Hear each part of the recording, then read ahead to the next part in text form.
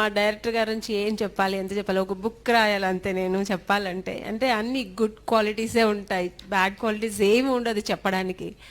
So ఎంత చెప్పినా తీరదు. సో మా గురువు గారే చెప్పాలి. నాకు జన్మనిచ్చింది ఇండస్ట్రీలో నాకు ఈవి సత్యనారాయణ గారు అయితే నన్ను పెంచింది మా డైరెక్టర్ గారు. అంటే ఇప్పటికీ ఎక్కడికి వెళ్ళినా శుభలగ్నం ఆమెని అంటారు.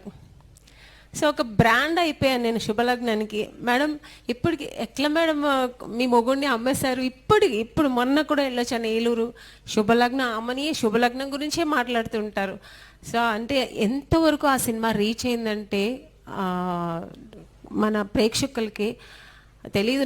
నన్నే ఎందుకు సెలెక్ట్ చేసి వేసారో తెలియదు. కానీ ఇప్పటి నేనైతే ఎంత అదృష్టవంతులో ఆ సినిమా చేసి ఇప్పటికీ నేను ఎన్నో ఒక 1000 సినిమాలు చేసినంత ఇంపాక్ట్ ఆ సినిమాలో నాకు వచ్చింది. ఎన్ని మంచి మంచి సినిమాలు చేసిన ఆ సినిమానైతే ప్రేక్షకులు ఇప్పటికీ మర్చిపోలేదు.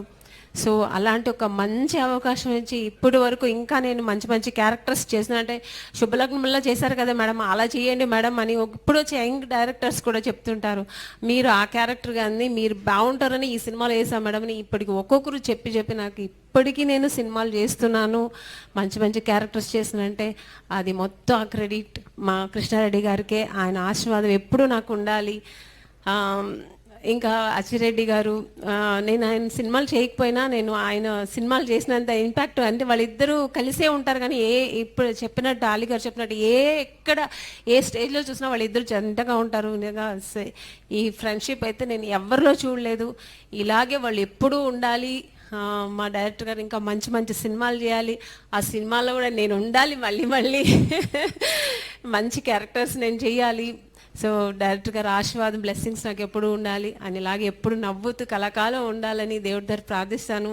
ఇలాంటి ఒక మంచి అవకాశం ఇచ్చి నేను డైరెక్టర్ గారు ఒక 1 మంత్ ముందు అచ్చిరెడ్డి గారు చెప్పారు, సార్ ఎంత బిజీ ఉన్నా నేను వస్తాను సార్ నేను ఆ ఫంక్షన్లో నేను ఉండాలని.